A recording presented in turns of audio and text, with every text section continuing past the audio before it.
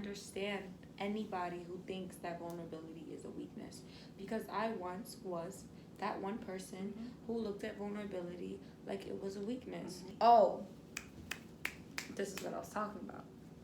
I feel like when you become vulnerable, you look at life so differently, and you see everybody playing a game that you're no longer playing. Everybody's playing poker. And everybody's having their fucking cards to their face with their poker face, having all these emotions going on, yet not saying anything, not expressing, themselves. Because they want to see the next person's move. Yeah. Where me, people are looking at me like I'm crazy, that I'm vulnerable, because guess what? I'm going to show you my cards. Here are my cards. Look at them, because I'm not playing the same game as you, boo. It's a game. I already won. You get me? Like, you're playing this game that I'm not playing anymore. And it's like, I'm going to show you my emotions, and now you're looking at me because you're playing this game so good. And you're like, oh, she's weak as fuck. Look, she showed me all her cards. I have all my cards, and it's a royal flush, bitch. So you're looking at me like, this bitch is stupid. But me, I'm looking at you like, all right, I played this game multiple times. You're never going to win. You're never going to win. Ooh. And so I put my cards down, I bow out, and I'm not playing this game no more. You play now. Oh, that was powerful. Look at you. Look at you. And I don't even know how to play poker, but you just explained it all to me. What is vulnerability to you?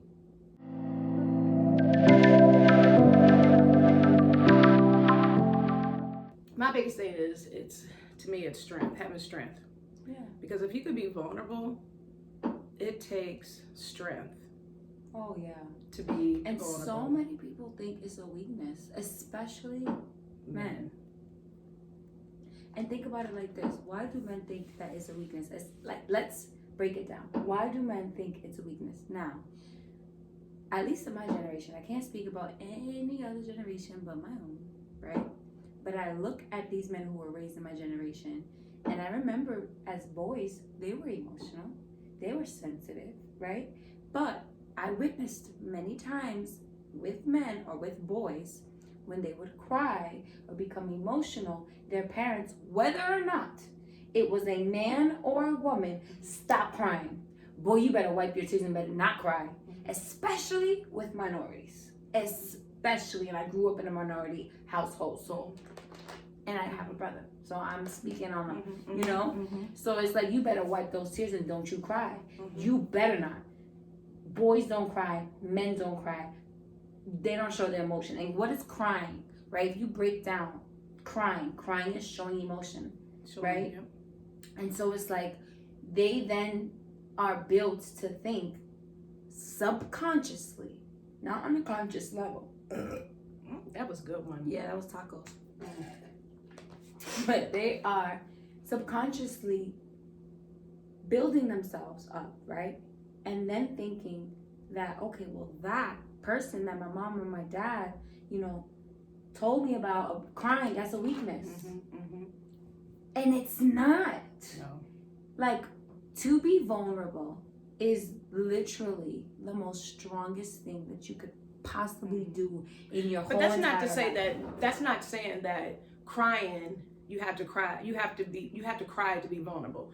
No, you don't have to cry. No, it's the emotion of crying, though. Right. Because when you grow up, now you're emotionally unavailable, and what crying is a representation. It's a release. Exactly, and it's representation of vulnerability. It is not vulnerability, but it's a representation. So when you have these parents that say, "Don't you cry, don't you this, don't you that," you're basically saying, "Don't you be vulnerable? Don't you not? Don't you?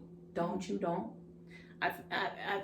At that point in time, I don't think it's the parent actually saying that, because it's just a generational thing. Yeah, they don't know better. They don't know better. They're not saying. It is the parent saying it. Yeah, they're subconsciously, because that's what they've been told and they've heard from their generation. But they are doing damage by saying that. Right. Being vulnerable is being true to yourself. Why you ain't told me I had ketchup all up on my shirt? Oh, I didn't. Well, I was gonna save that for later, I guess. Look at me. I didn't see it. Oh, I felt something was like my titty. My titty wet. But no, I just think that for a man to be vulnerable, I think it's him being able to express his true self to someone, doesn't necessarily mean that you have to cry about it. No, Right. no. No, I know. But here's the thing. And so to me, I don't think that, they're emotionally unavailable if they don't cry. No, that's not what I mean. Okay. It wasn't just The boys. Yeah. They did it to me too. What you crying for? Yeah, but you literally You have cry all for these it. emotions. All of these emotions, and now you're crying, right? So you're having all these emotions, you're feeling all these emotions, and you want to let it out, and the way you want to let it out is by crying. And then this adult comes to you and you say, you better not cry. You wipe those tears. What that really means is you better not let those emotions out, because you crying in that moment is letting those emotions out. You're throwing it up. Exactly. You're throwing it up. You're letting it out, and you're expressing and communicating. But it's like, you better not fucking cry. You better wipe those tears. And then it's like, I used to do this. I ain't crying. Got something in my eye. Yes. Got something in my eye. Yes. And then I would go into school like, oh yeah, I'm good. But it's like you completely forgot about, or chose to forget, or you know what I mean? You completely neglected the emotion and why you felt like that. But think about this. Yeah, I got you now. Another thing too is some people will express themselves with anger versus crying. Yeah, they're angry. They explode because that instead of crying. Now, do you think that's vulnerable? Do you think someone who's expressing themselves with anger is vulnerable? No, absolutely not. Okay. Yeah, no, they're holding that in like that. That's their way of manipulating. They're exploding at this point because you held it in for so long. No, that's them not being able to be vulnerable. Yeah. But again, so for me, it's being strong. Being vulnerable is being strong. Being able to be so authentic with yourself and the way I'm with me is the way I'm with you. Yes. I want to be that vulnerable, and I will say, like, for me, I'm that open book. I think I've been the black sheep for so long. Oh, hey, how are you? Because of me being the open book. Free. Like, and going back to like being the black sheep of that is I'm okay with expressing what my shit was. And, that's just being me. But I don't, and I'm okay with talking about it. Oh, me too. And I'll talk about it with anyone. And I think some people, when it comes to that, it's like, oh, I'm not gonna just talk about my shit. Like, what if they use it? They could tell. But it's like, who gives a fuck? Exactly. For me, that's why they don't tell. That's why people aren't vulnerable. Because they care. And I get judge them. I get it because I do care on a degree. However, when I'm not gonna just tell you my story just to tell you a story, you know. But if I'm like, this person maybe I can enlighten them somehow by telling my story. You know they what? Can relate. I feel like they can relate. Even if they don't, who cares? But it's like, you know what?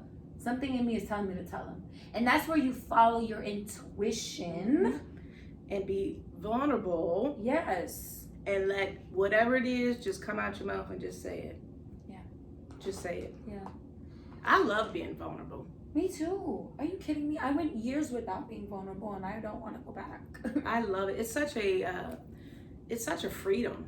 Yes. I think when I wasn't, you're free. Yeah, it becomes you're in prison. It's like imprisonment when you're not able to be your authentic self and just be yourself. Especially when you gotta walk around so poised. You gotta walk around so poised and proper and make sure my shirt is good or whatever. Yeah. Earlier I was trying to fix my shirt because I felt like it was shit. But seriously, like for me, it's so liberating. Yeah. To be vulnerable. Yeah.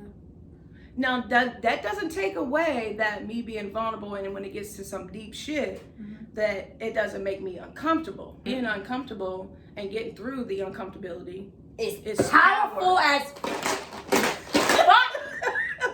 Are you kidding me? Like it's like okay, the difference between vulnerability and someone who is guarded, right? Because you could say vulnerability is a weakness. I say being guarded is a weakness. Sorry. Yeah, me too. And let me tell you why. I look at fear right? Now this is vulnerable and someone who's guarded. I look at fear, I'm running towards it. You look at fear, you're running away from it. Who's powerful? Oh, okay. Who's the coward? Oh, okay. That's why when you ask me, I'm like, strength. That's what's being vulnerable is so strong. I was talking to myself today. I love having conversations with myself, and I said, okay, like, look at yourself in the mirror, right? Now, if I have all this armor on, and I look at myself in the mirror, I can't know me. I can't know if you can't know me, and I can't know the depths of me because I see all this armor on. But the moment I take this armor off and I become naked, I see me. I've only been in my vulnerable journey for almost 2 years. I've been guarded my whole entire life. So I can honestly sit here and talk about both parties. And I can talk about how literally being so guarded just made me live up here. It made me live up here. I couldn't live in reality. I had all my visions up here, all my dreams up here. Then nothing was coming into life. Manifestation wasn't even a thing for me until I became vulnerable within myself. And then my manifestation came into reality because my vulnerability was coming into reality. Okay, so I'm gonna switch a little bit. You know, I like to talk about sex, right? Oh yes, let's talk about sex. When you take your armor off, right? So think about this, ladies. This is for y'all. I don't know where you're going. You do? I think so. Your armor, which is clothing, right? So when you're intimate with men, you know, having sex, making love, however you want to, in the dark versus with the lights on, or with your clothes. Meaning, when I say clothes, like still having a shirt on. I do it either way. Lights on, lights off, clothes off, candles, whatever way. Right. But there's so many women out there. I'm telling that you, has to have the lights on. Oh, absolutely, because they are afraid to be vulnerable, not just with them, with the partner, but with themselves. Because if you can't they don't accept themselves. So if you can't go into your room, and in my room I have a long mirror, like as soon as I walk through, but I'm that one that I walk around naked. Oh yeah, we be naked. That's just my. I come through my door and literally start taking things off because it's so relaxing to me. I sleep in nude. So anyway, so when I get up, I have to walk past that mirror every day.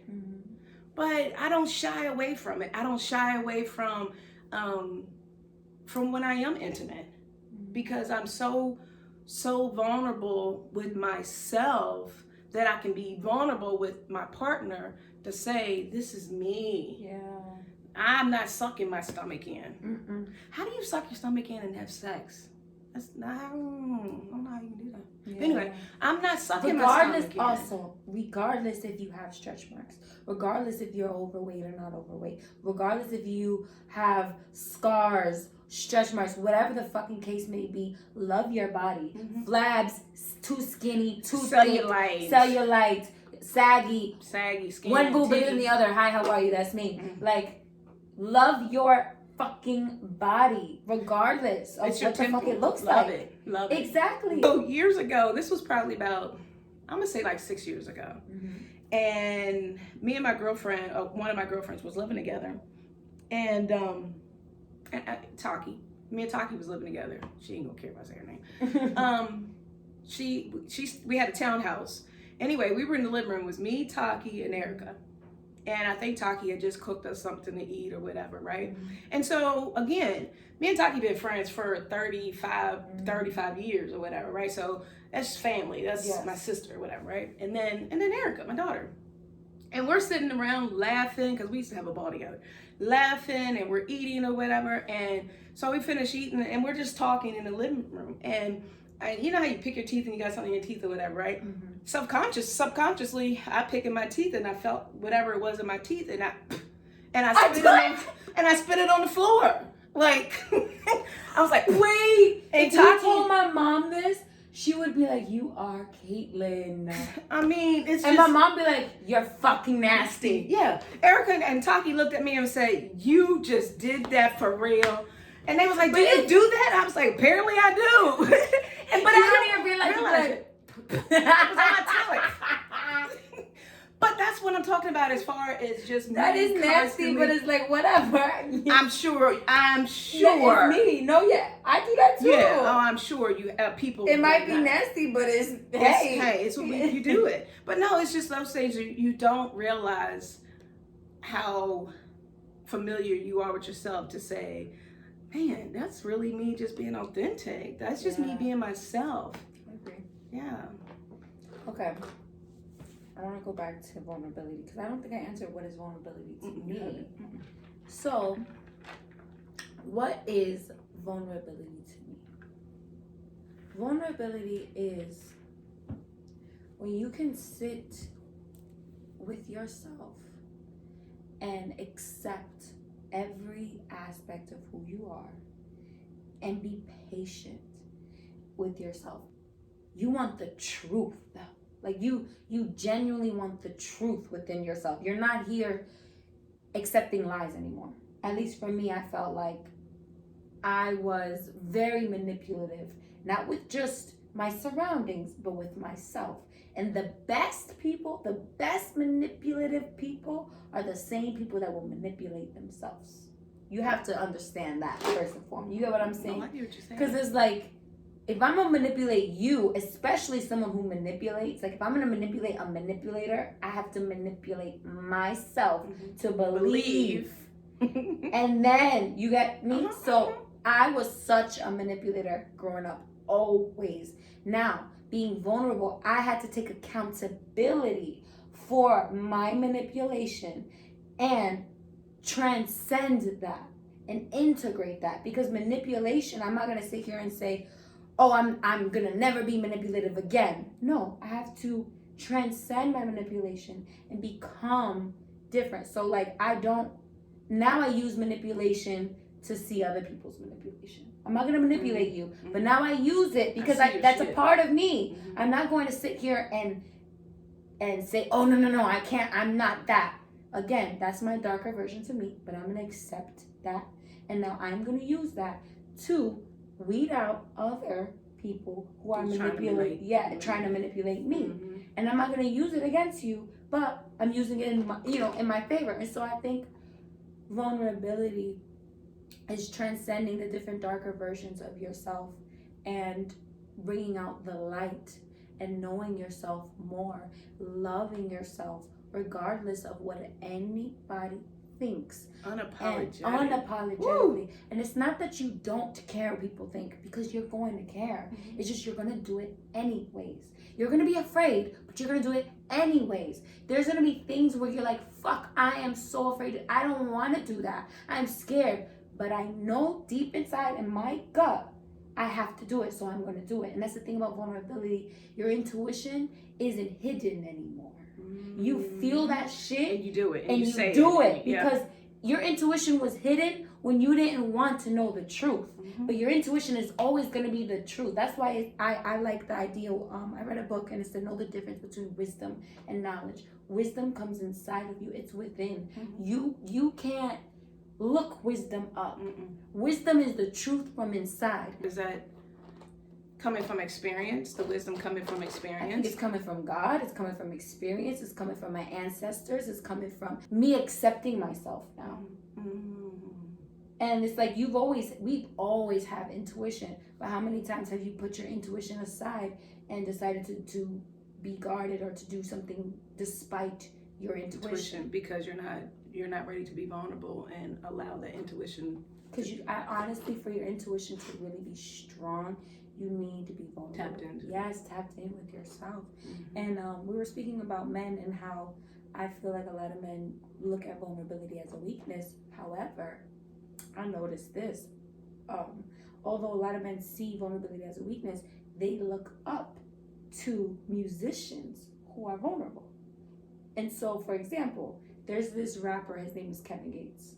Incredible. I watch his interviews all the time. And it's like, bro, what? Today I was watching something and he said, the interview asked him, oh, you were off of Instagram for a while, right? And he said, yeah, I was off of Instagram because I get depressed. And he's like, why you get depressed? Right? And he goes, well, because comparison. I go on Instagram and he says, listen, I'm real. I'm a real person. I go on Instagram and I see other people's highlight reels and I get, I compare myself. I'm a real person. This is what we do. And right there, that's him being so vulnerable because he's admitting that he compares himself and he's this superstar person, right? And now other men look at him and he goes, wow, that man's real as fuck.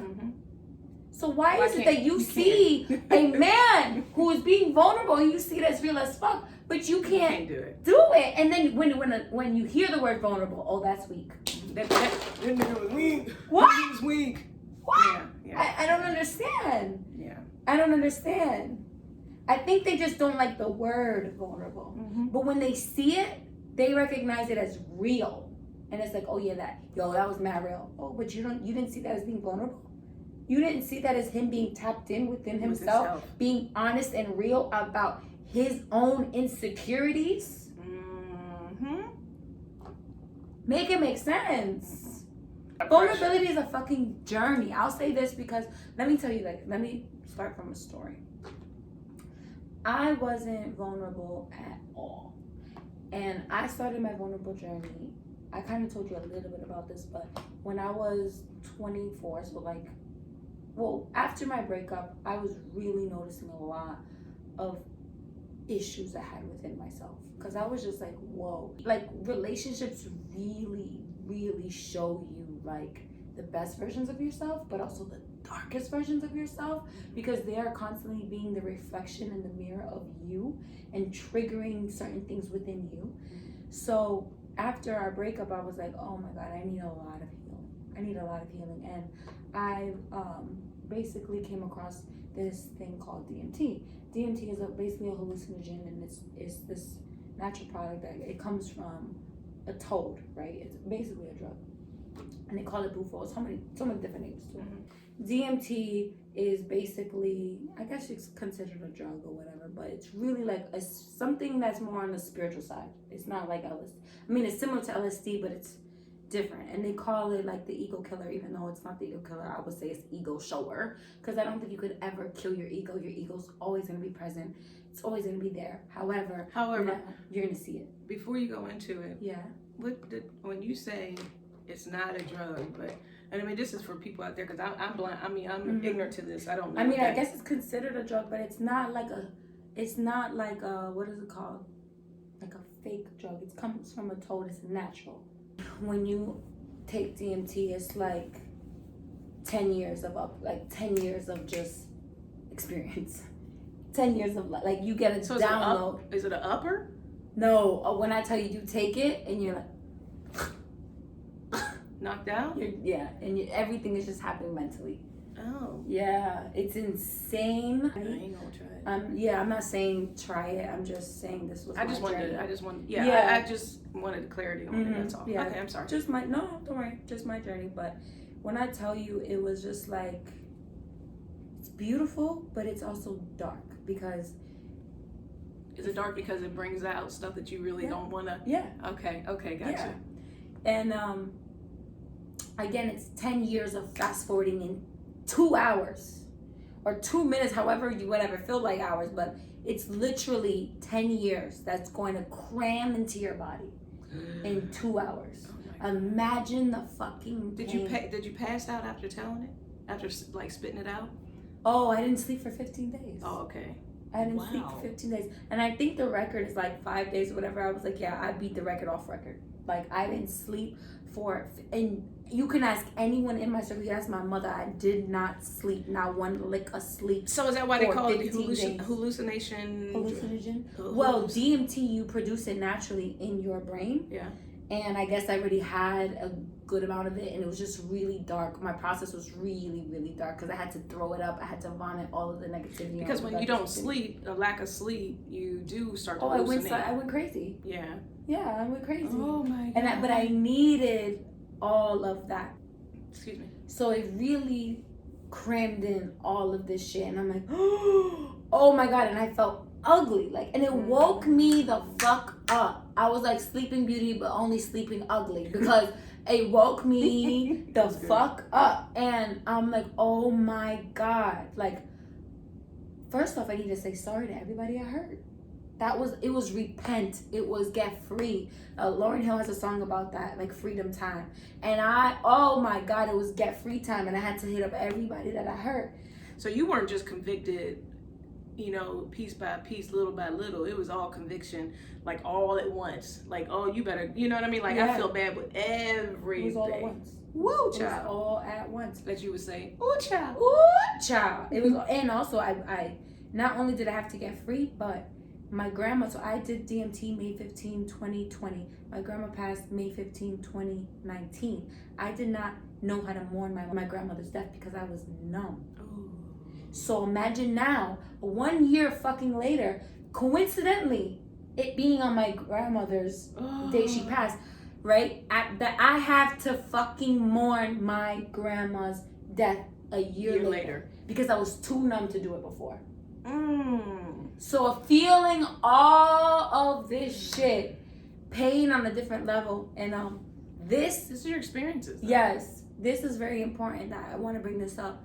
So with him, I actually did DMT because I was like, oh my God, like I saw how much I was hurting him, and I saw how much I was hurting myself, and I just feel ugly, and so that's why it led me to DMT. But before I did that, I went on a vacation to Puerto Rico where these guys was like, hey, you want to go on a vacation with us? Without really knowing who they are, just knowing about them through the nightlife and social media, whatever the case may be.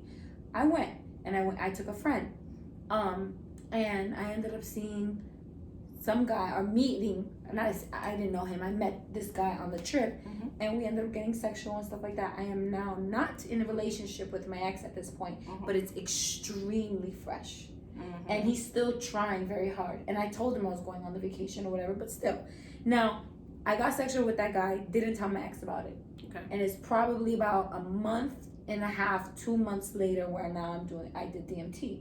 Right? So again, feeling like, oh, I need to get free. I was like, I gotta tell you what happened. Crying down, like just tears, crying, because I'm like, even though I don't want to be with him anymore, I do want to maintain a friendship.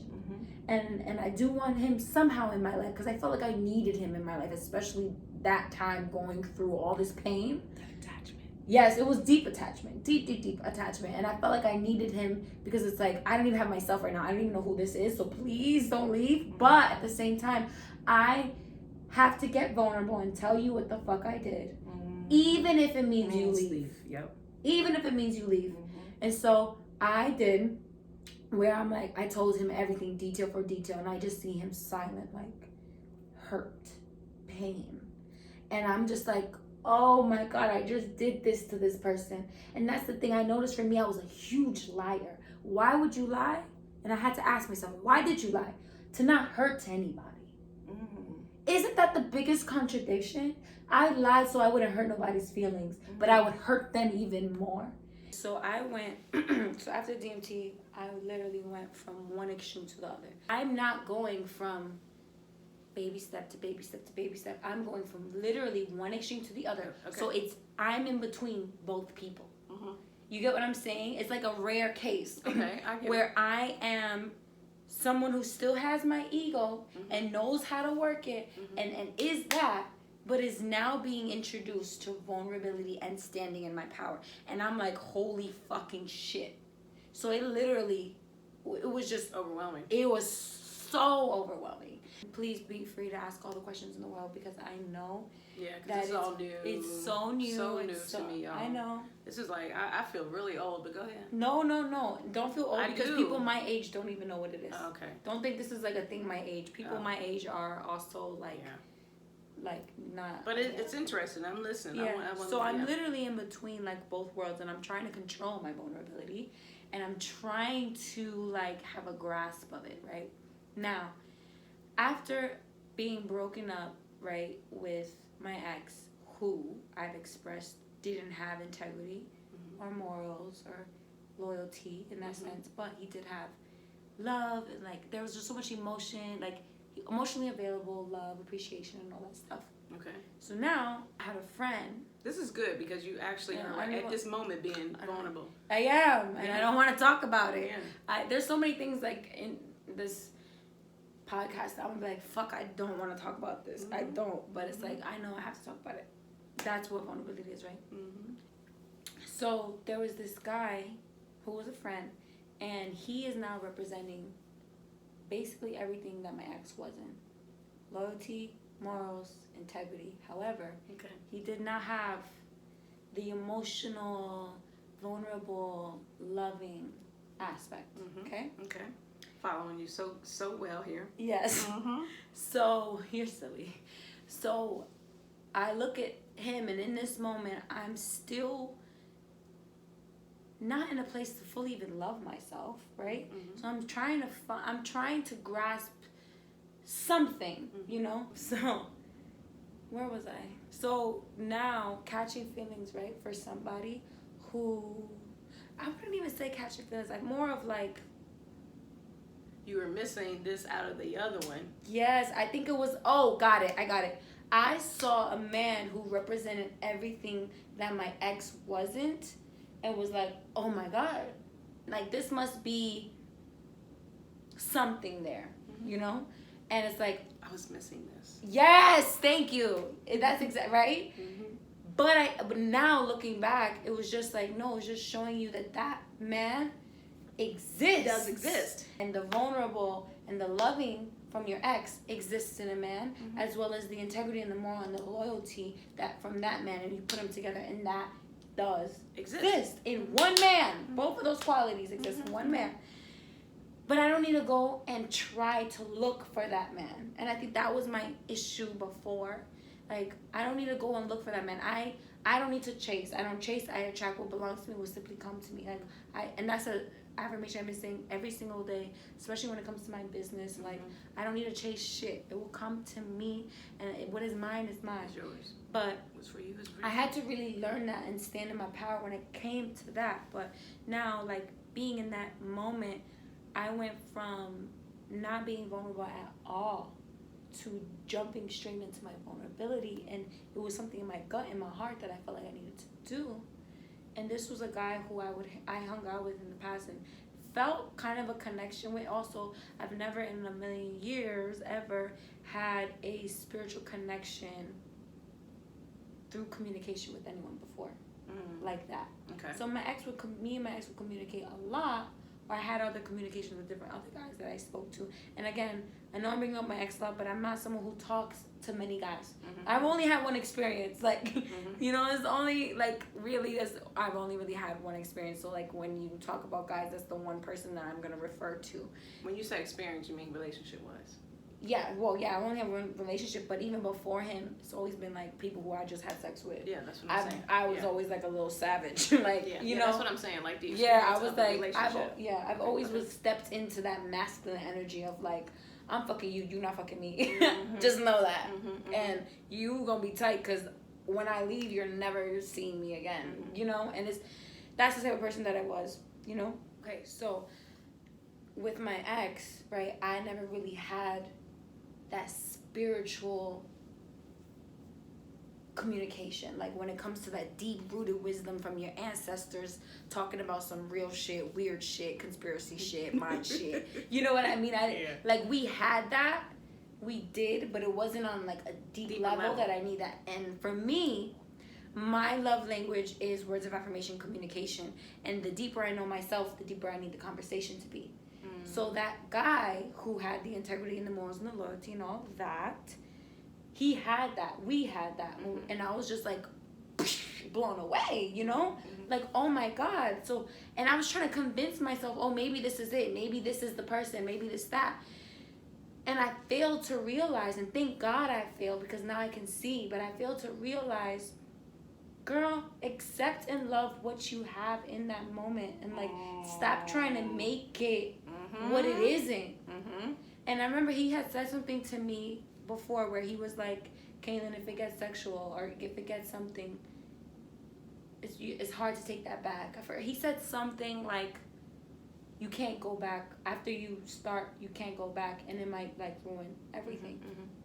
And it did, you know? And I'm like, fuck, one person that I actually had a friendship with, or like, we wouldn't talk all the time or anything like that, but when we would talk, it was like fucking hours, going home at like 4 a.m. and great conversation, like, wow, literally waking up the next day, like, wow, that planted a lot of seeds in my mind, and it's like, psh, whoa, you know?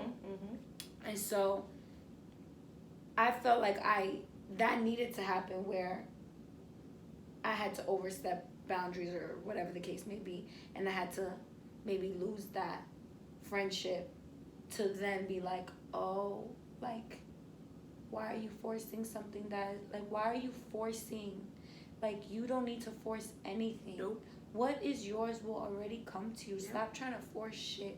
Stop, like, just be in your power and, like, be yourself. That was another thing. I felt like I couldn't really be myself around him, but also any guy who I felt attracted to, I didn't know how to be myself. Over the years, like, I have learned that, like, men really want authentic women. If you go back and think about like before you were starting to have the attraction for boys, right? Yeah. And how you free, didn't give a fuck. You didn't give a fuck. And look how the boys used to tease, or teasing was them flirting at that point in time, right? And look how they used to tease you and stuff, right? So you move fast forward until today, when you're adulting now, and it's like, okay, if I'm able to be just who I am, look how they will pick with me, and they're picking with you as they're flirting with you, right? And how much they start to fall in love with you because just they're like, you being yourself. For someone to say, you know, like, I think vulnerability is a weakness, I get it, because I did too. Wait till you get stripped of it. Yeah, and ego. Wait till you get stripped of it. You won't think vulnerability is a weakness no more. I promise. Because you got to go through some dark, deep shit, and then realize, oh, this is the most strongest I've ever been in my fucking life. So it's like, I get it. I get why people sit here and say vulnerability is weakness. Trust me, I know. Because it brings you like this. You're like, oh, I don't. Because vulnerability is literally shining light on your dark stuff. Yeah. Shit. That was me, like, learning how to be vulnerable only like a year and a half ago. Was never vulnerable before. Very guarded, very egotistical, and not to say that if you're not vulnerable you're egotistical, but I'm just saying for me. And I got broken open. Like, it broke me open.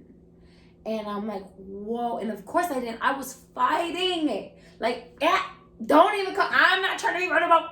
I'm not trying to be vulnerable. But when I tell you, vulnerability took me by my legs and dragged my ass and said, bitch, you's gonna be vulnerable today. Yes, you are. You's gonna be, whether you like it or not. And then I realized, oh my God, it's so much easier to just allow myself to feel everything. I'm telling you. Then keep it in here. Woohoo! I got some really good positive feedback with it. And thank you guys. Like, I want to be able to express myself and be so vulnerable and so raw that I'm almost speaking for a lot of women.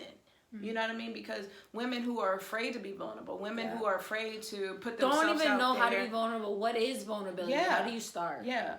I got a lot of messages, whether it be DMs, Facebook, or just actually texting me and saying, thank you, I needed that. I appreciate you just letting it all out. Like, I'm not one for words or knowing. I'm not a speaker. I don't, none of those things, but I'm just speaking from the heart, you guys. I'm speaking from the heart and my own experiences or whatever, and wanting to touch. I told Caitlin today, I got a message from a young lady.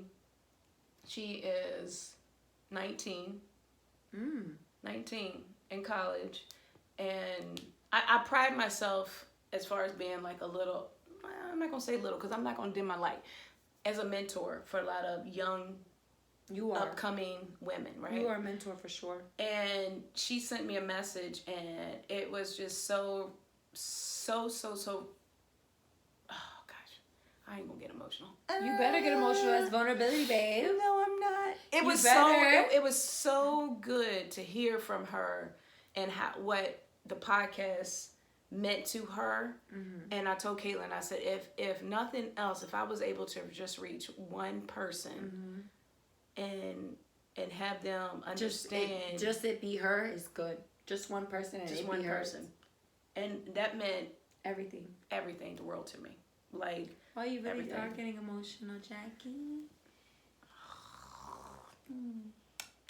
I really love you so much. I really do. I love you too, baby. But yeah, that meant so. Why are you getting emotional? Because it meant a lot. It meant so much to me that, you know, somebody's actually listening to us.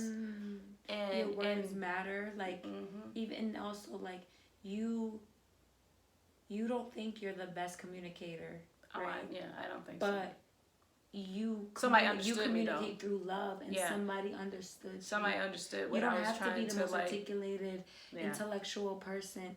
You speak through love. Therefore, people are going to gravitate towards your love and understand you and comprehend you.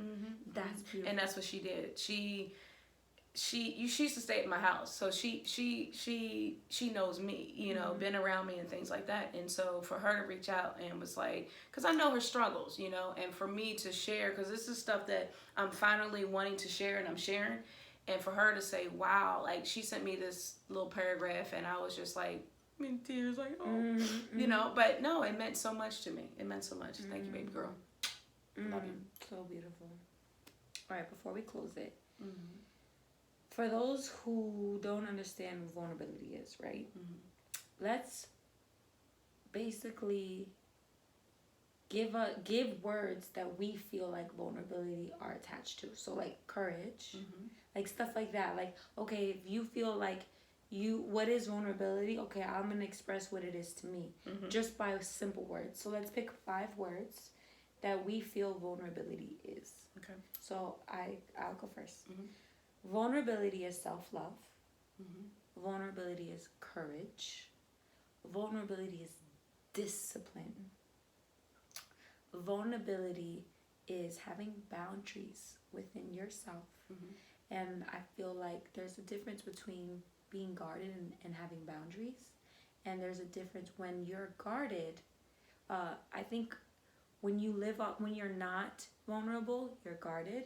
When you're vulnerable, you have boundaries. Because, like, when you're guarded, you think those are your boundaries. Because no one else can go in, no one else can penetrate your heart, or no one else can hurt you, or whatever the hell. But that's just a guard. Do you get what I'm saying? And if you're guarded, you're basically like saying, okay, well, you can't hurt me. But feeling is on a scale.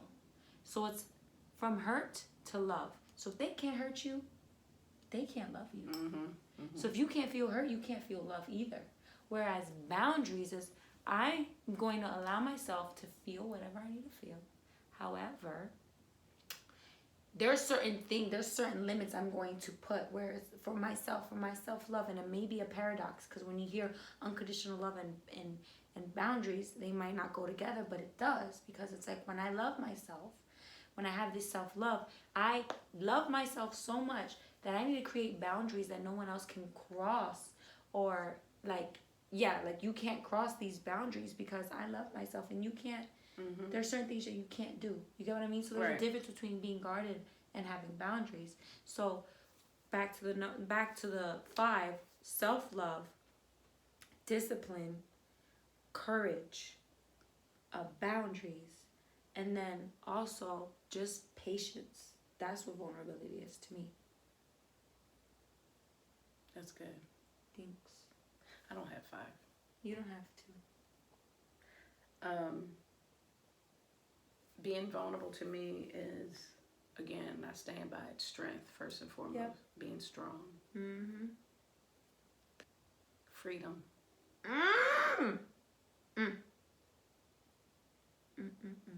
Courage. Yeah. Because you're not, like, you might fear, but you're gonna walk. Fearless.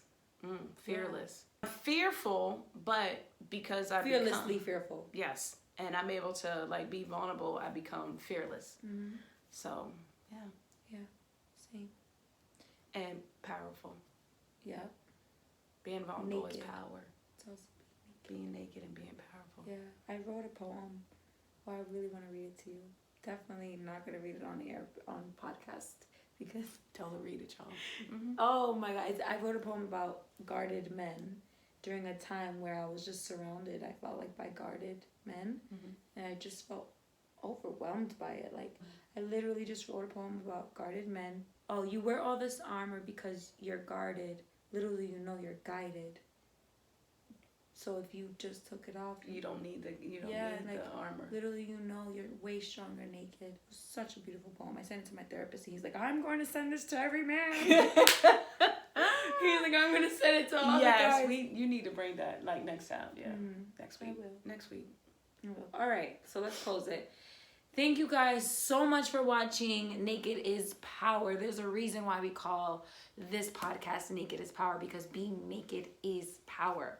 Like we are literally expressing literally giving you us. Like there's no other us than this. And it's like, if you like it, you like it. And if you don't, you don't. It's okay. You know what I mean? It's simply okay. It is.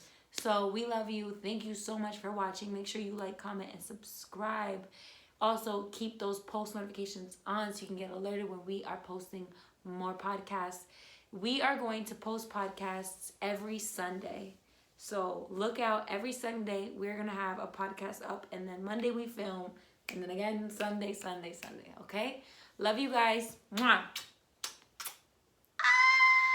That was awesome. That's good. Oh, you're so cute. Thank you. Love you.